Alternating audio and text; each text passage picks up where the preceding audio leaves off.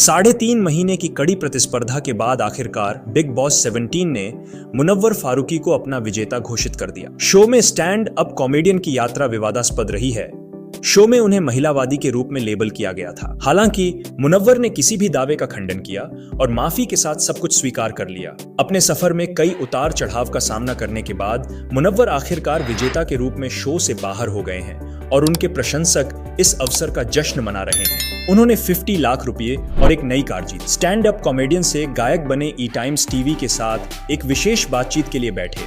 उन्होंने अपनी छवि के प्रभावित होने, एक निश्चित विजेता होने के आरोपों और बाहरी दुनिया में अपनी छवि के पुनर्निर्माण के बारे में चिंताओं को संबोधित किया। उन्होंने अपने बेटे मिखाइल के बारे में भी खुलकर बात की और बताया कि वह कैसे चाहेंगे कि उनका बेटा उनकी गलतियों से सीखे और उन्हें न दोहराए। जीत के पल के दौरान उनके दिमाग में क्या चल रहा था और क्या उन्हें कभी लगा कि ट्रॉफी उनके हाथ से फिसल सकती है।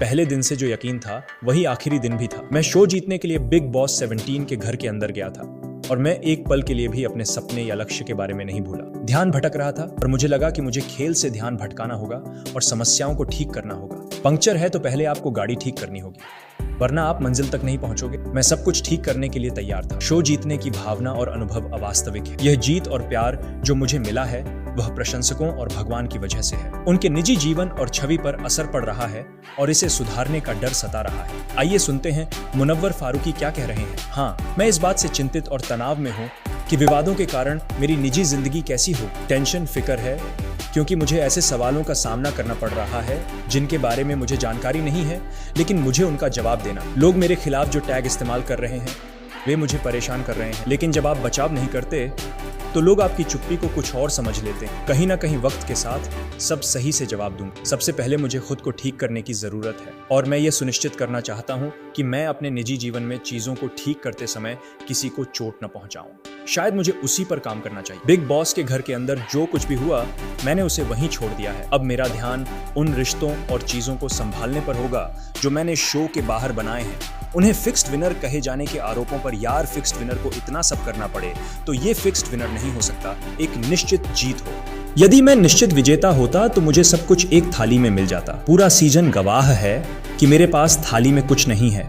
मैंने कड़ी मेहनत की है और बहुत कुछ किया है। जो लोग मुझे निश्चित विजेता कह रहे हैं उनके लिए मेरा जवाब है कि बस बैठकर पूरा सीजन देखें और आपको एहसास होगा कि यह तय नहीं था। ऐसा कहने के बाद लोगों में यह भावना हो सकती है क्योंकि जब आपके पास एक मजबूत प्रशंसक आधार होता है और आप ऐसे रियलिटी शो करते हैं तो बहुत सी चीजें दांव पर होती हैं और आप कुछ चीजें खो देते हैं। चीजों को जीतने के लिए आप अपना सर्वश्रेष्ठ देते हैं। मुझे लगता है ये प्यार है लोगों का और जो लोग मुझे फिक्स्ड विनर कह रहे हैं मैं उनकी राय नहीं बदल सकता। शायद बिग बॉस में जाने से पहले मैं धारणाएं बदलना चाहता था, लेकिन अब मुझे लगता है कि मैं हर किसी को नहीं बदल सकता। अपने बेटे के एपिसोड देखने और उसकी गलतियों के बारे में जानने के डर से। हाँ, जब मेरे बारे में बातें कही गईं तो मुझे अपने बेटे के बारे में बहुत चिंता हुई और वह मेरे बारे में क्या सोचेगा। लेकिन अब मैं चाहती हूँ कि मेरा बेटा इसे देखे और मैं मुझसे कहना चाहती हूँ कि मैंने ऐसा किया है और यह गलत है और कृपया आप ऐसा कभी ना करें। मैं नहीं चाहूँगा तू ऐसा करे। ऐसा करना सही बात नहीं है। मुझे इसका एहसास हुआ और ऐसा तब हुआ जब मैं पूरी तरह से तबाह हो गया था। यदि मैं इससे गुजरा हूँ तो शायद ये मेरे अलावा कई अन्य लोगों के लिए एक सबक है। मुनव्वर के कौन कौन दोस्त होंगे, मैं किसी से नहीं कटूंगा।